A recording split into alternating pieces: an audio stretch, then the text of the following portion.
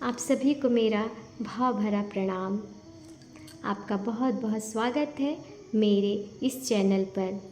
अगर आप लोगों को मेरे वीडियोस पसंद आ रहे हैं, गुरुदेव के विचार पसंद आ रहे हैं, तो आप लोग मेरे चैनल को सब्सक्राइब ज़रूर करें ताकि आगे के भी वीडियोस आपको इसी तरह मिलते रहे। आज का विषय है हो एक विषय पर गहरा चिंतन। आइए जानते हैं हमारे गुरुदेव पंडित श्री राम शर्मा आचार्य जी के विचारों को। एक बार हमारे साथ साथ माँ गायत्री का पावन मंत्र। ओम भूर्भुवः स्वाहा तत्सवितुर्वरेण्यं भर्गो देवस्य धीमहि धियो यो नः प्रचोदयात्। मित्रों, आज का विषय है हो एक विषय पर गहरा चिंतन। बेटे, यह क्या बात है? ध्यान का खेल है। ध्यान की बात यह है कि एक विषय पर, एक धारा पर, एक सब्जेक्ट पर आदमी इतनी गहराई से चिंतन करे कि बाकी बातों को सबको भूल जाए, केवल ध्यान की बात रह जाए। जब हम लेख लिखते हैं तब इतने एकाग्र हो जाते हैं कि हमें पता ही नहीं चलता कि कौन बैठा हुआ है और कौन चला गया और कौन आया और कौन क्या कर रहा है। कुछ पता ही नहीं चलता, बस हम अपने काम में लगे रहते हैं। उस समय हमारे मन की दिशा एक होती है और इतने तरह के विचार आते हैं, इतने रेफरेंस आते हैं कि अमुक विद्वान ने ये कहा, उसने ये कहा। हमारे हाथ लिखते चले जाते हैं और हमारे दिमाग की फिल्म इतनी तेज़ी से दौड़ रही होती है कि सिनेमा वाली फिल्म तो एक कोने पर रखी रहेगी। हजारों किताब हमारे दिमाग में मिनटों और सेकंडों में घूमती चली जाती है। इस तरह हमारे दिमाग की चाल तेज होती है। अगर आप लोग कभी हमारे दिमाग की चाल को देख ले तो कहेंगे कि महाराज जी, ऐसी चाल तो हमने कभी देखी नहीं। बेटे, तूफान की चाल और हमारे दिमाग की चाल एक होती है जो एकाग्र होती है। महाराज जी, जब हम एकाग्र होते हैं तो स्थिर नहीं होते। बेटे, एकाग्र होना अलग बात है और स्थिर होना अलग बात है।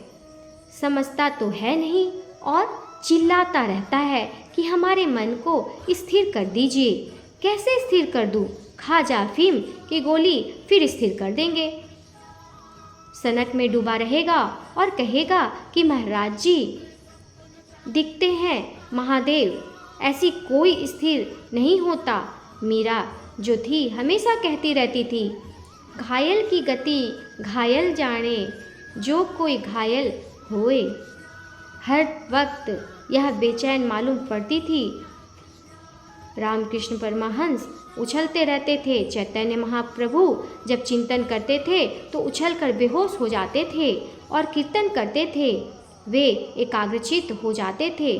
और कैसे एकाग्र हो जाएंगे? एक विषय पर, एक धारा पर आदमी का दिमाग लगा रहे तो वह एकाग्र हो जाता है, लेकिन एक तरह के विचारों पर बहुत देर तक आदमी का मन स्थिर नहीं रह सकता। इसलिए हम सवेरे भी आपको ध्यान कराते हैं, छोटे छोटे पीसों में कराते हैं, अलग अलग तरह के वैरायटीज़ में कराते हैं, ताकि आपको एक विचार के ऊपर, एक क्रिया पद्धति पर ध्यान को लगाने सीखने का मौका मिले।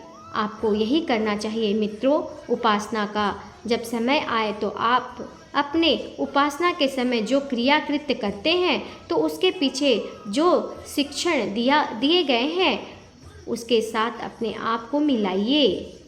जब आप देवता को फूल चढ़ाते हैं तो इस चक्कर में मत पड़िए कि साहब ये चमेली का फूल है, कि गेंदा का फूल है, कि गुलाब का फूल है या बेला का फूल है। महादेव जी ने आग का फूल खाते हैं, ना गणेश जी चमेली का फूल खाते हैं और ना विष्णु भगवान गुलाब का फूल खाते हैं। ये बेकार की बातें हैं, छोड़िए और सोचिए कि आदमी का जीवन फूल जैसा होना चाहिए।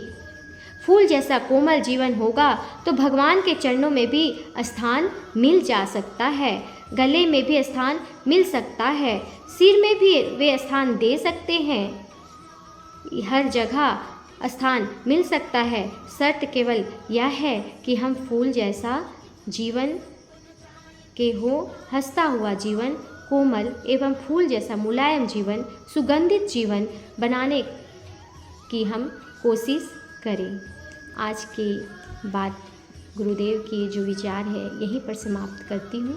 आगे के जो विचार है वो मैं आप लोगों के साथ ज़रूर साझा करूँगी। अभी के लिए इतना ही। और अगर आपको गुरुदेव के विचार पसंद आ रहे हैं तो मेरे चैनल को आप ज़रूर सब्सक्राइब और लाइक करें। धन्यवाद।